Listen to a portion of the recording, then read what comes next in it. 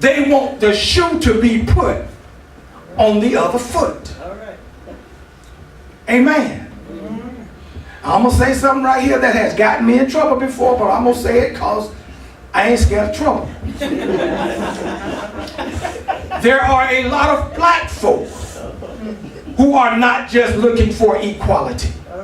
Equality we deserve. Equality we should have as a human being. But there are some black folk who are not going to be satisfied until the shoe is on the other foot and white folk are in slavery. Amen. But that's not what God teaches one way or the other. Amen. He says we are all equal in his sight. The article says man's historic treatment of woman due to his conceit, ignorance, or moral perversion has taken her inferiority for granted and has thus necessitated it by her enslavement and degradation. The narrative of the fall in Genesis chapter 3 ascribes to woman supremacy of influence. For through her stronger personality, listen to this, through her stronger personality, man was led to disobedience of God's command. I mean, if Adam had the dominant personality and Eve did what she did, Adam should have been strong enough to say, no, girl, we ain't going there. And if she insisted, he should have said, you can go there. Kid ain't going there. I know what God said. But he allowed the woman to influence him. So who has the greater power of influence? I know the brother's kind of scratching their head right now. See, men tend to get mad at me anyway when I talk about stuff like this, because sometimes I tell our secrets. Amen. See, a lot of this stuff that Steve Harvey put in his book, I was talking that stuff before Steve Harvey wrote his book. I taught my daughters and my sisters how to think like a man. Amen. I used to let them know. I would be on the phone with my sisters when they would be talking to their boyfriends. I'd be on the other end of the phone. I'm going, nah, that's a lie. That's a lie. I used that lie last week. Amen. I taught my daughters all my tricks. And they would say to me, but Daddy, you know, every guy ain't like you. I was normal. At least I thought I was normal. I might have been a little far out with some stuff. But they soon learned that Daddy was right. The average man thinks like this. See, because it's not about fooling anybody or tricking anybody. It's about being holy, being righteous, and relating to one another as God would have us to relate to one another. Yes. And I'm openly confessing, I'm the first to say I ain't always been like this now. You know, this 39 years of marriage talking. You know, I done been beat into submission. Hallelujah. I done had my head pounded many times by God and by my wife. Boy, you gonna get this right, because the way you thinking, it has worked. She's still loving on the kid. And there's nothing that I could ask of her within the reason of a male and female husband and wife relationship that I could ask of her that she wouldn't do. See, some of y'all would be scared to ask your wife to do certain things because you know you ain't been right. Amen. I know I can't ask her that. You know, I wasn't right last week and I still ain't apologized. don't plan on apologizing. Boy, I done learned how to beg. Especially, you know, I'm in the house, ain't nobody ever being hurt. She ain't gonna call nobody and say, boy, he was down on his knee begging. I like peace. Whatever it takes for peace in my home, I've learned to bring my flesh under subjection. I've learned to bring my ego down. I've learned to bring that male stupidity in. Because I want peace.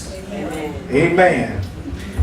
If y'all want some peace, learn how to beg. The article goes on to say, her penalty for such ill-fated leadership was that her husband would rule over her. That's Genesis 3:16. Not because of any inherent superiority on his part, but because of her loss of prestige and power through sin. Let me say that again. The woman's penalty for her ill-fated leadership of having influenced the man to eat of the forbidden fruit. Her penalty was that her husband would rule over her.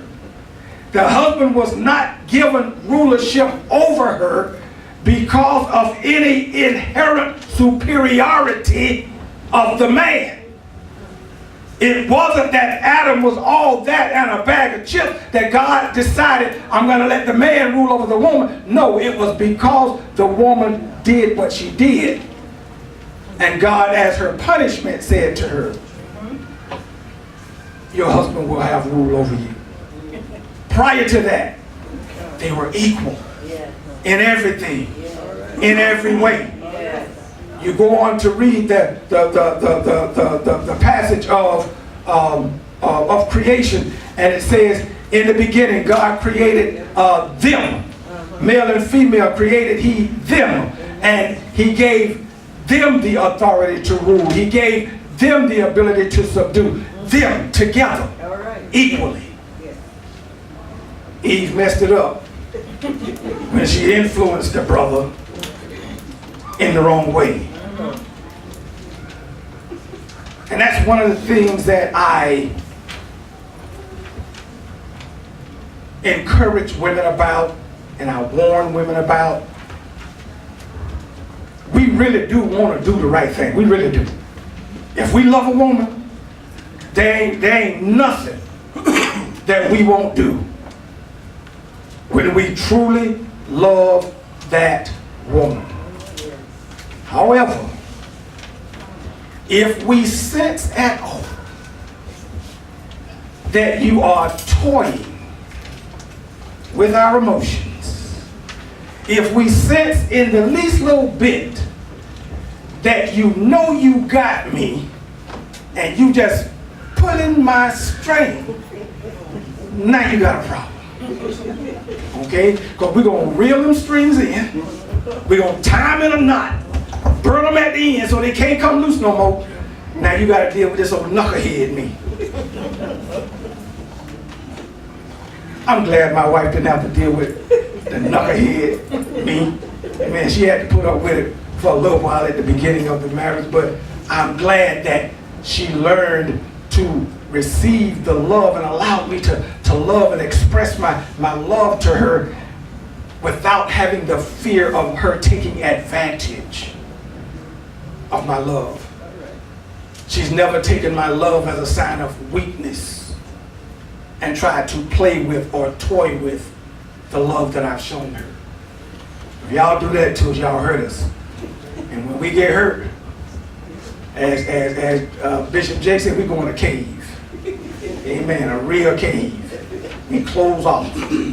Amen. And we become arch enemy number one to every other woman that we run into. Some of you ladies are the victim of what another woman did to a man. And the beat goes on.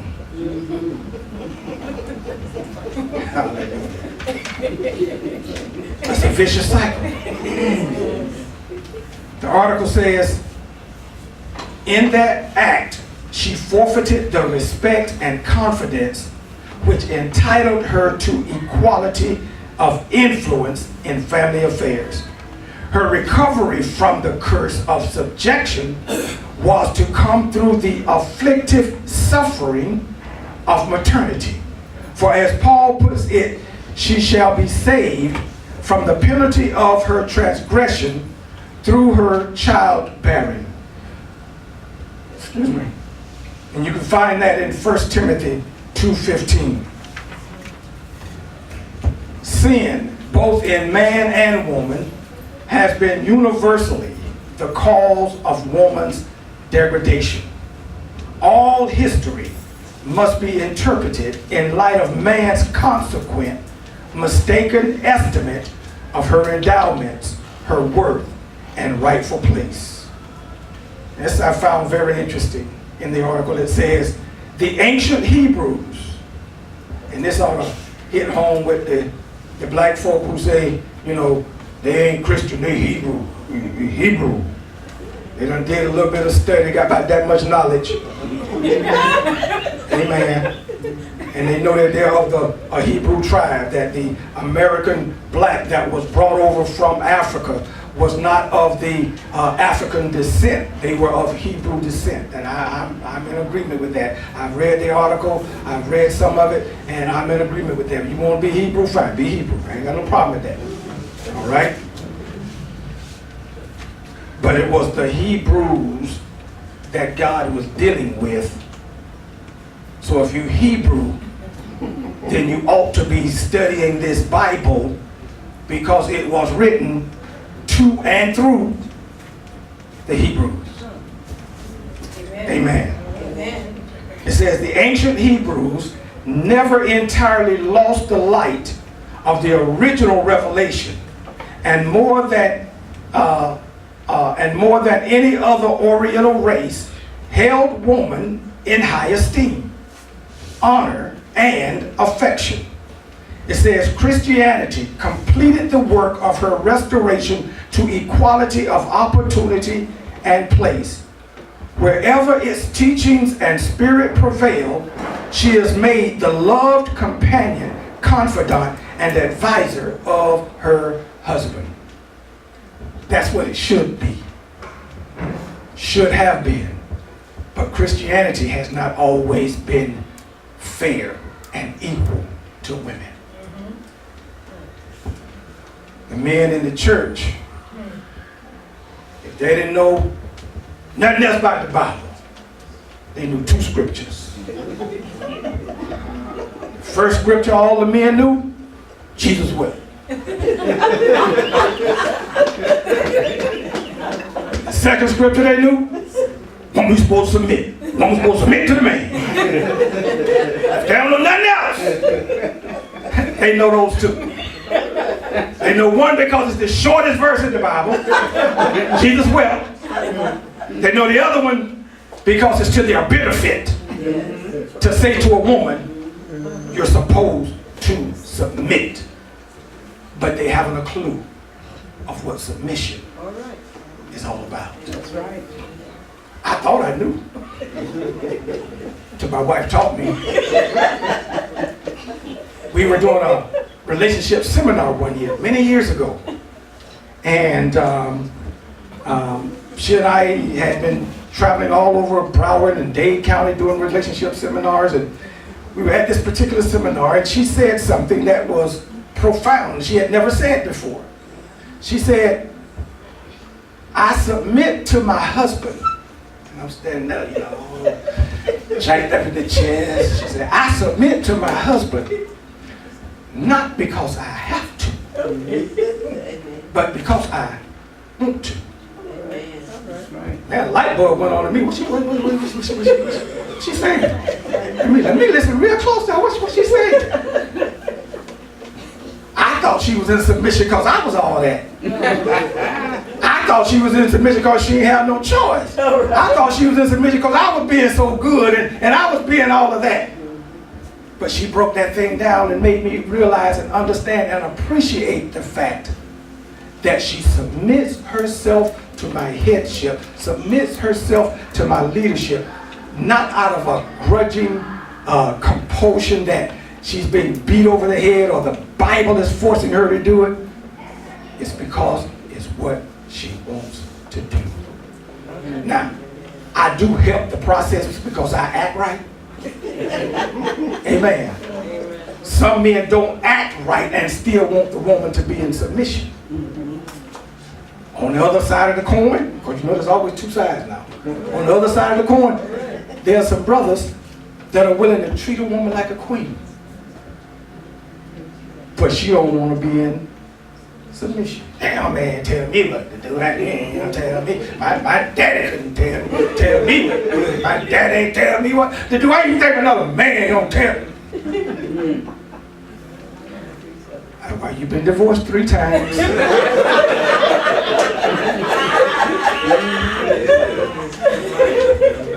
You wonder why you can't keep no man.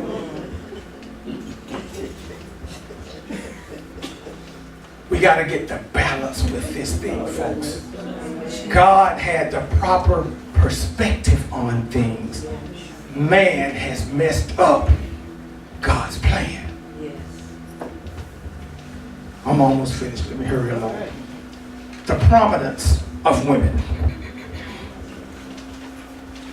Under the Hebrew system, the position of woman was in marked contrast with her status in surrounding heathen nations. Her liberties were greater, her employments more varied and important, her social standing more respectful and commanding, and it talks about the divine law that was given. I read that to you earlier. The divine law in Exodus 20:12 says, honor your father and your mother so that you may live long in the land the Lord your God is giving you. The divine law given on Mount Sinai required children to honor the mother equally with the father. Amen. There was no separation or difference in the eyes of God where the father and mother were concerned. It says a similar esteem was accorded her in patriarchal times. Sarah held a position of favor and authority in Abraham's household. Rebekah was not less influential than Isaac and was evidently the stronger personality. And they say that because of the fact that Rebekah, and we'll be talking about that actually as we continue in that series that we're working with, Rebekah was able to get her will employed in the earth when Isaac couldn't get his employed. She was able to pull off what she wanted to pull off right before Isaac, and he'd never do it until it was too late. Hallelujah. The beautiful Rachel in Genesis 29:17 won from Jacob a love that accepted her as an equal in the companionship and counsels of family life. It says many Hebrew women rose to eminence and national leadership. Miriam, who was the sister of Moses, and Deborah, each were a prophetess and a poetess. Miriam led bands of women in triumphant song and processional celebrating the overthrow of their enemies. And you can find that in Exodus chapter 15, verse 20. It says, then Miriam, the prophetess, Aaron's sister, took a tambourine in her hand, and all the women followed her with tambourine and dancing. And Deborah, who was likewise a prophetess, through her dominating personality and prophetic power, became the virtual judge of the nation and led armies to victory. Her military general, Barak, a man, refused to advance against Sisera without her presence and commanding influence. And we find that in the book of Judges, chapter 4, verses 8 through 10, and it says, Barak said to her, if you go with me, I will go. But if you don't go with me, I won't go. Very well, Deborah said, I will go with you. But because of the way you are going about this, the honor will not be yours, for the Lord will hand Sisera over to a woman. So Deborah went with Barak to Kadesh. And so we see the Hebrew women of the Bible being elevated to heights in society and in leadership. The prophetess was no less of a tool in the hand of God as was the prophet.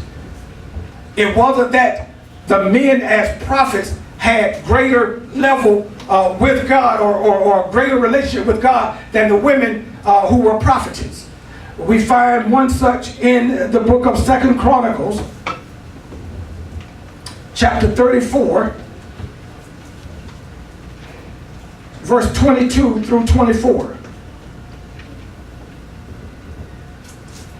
2 Chronicles 34, verse 22 through 24. And it says, Hilkiah and those the king had sent with him went to speak to the prophetess Huldah, who was the wife of Shallum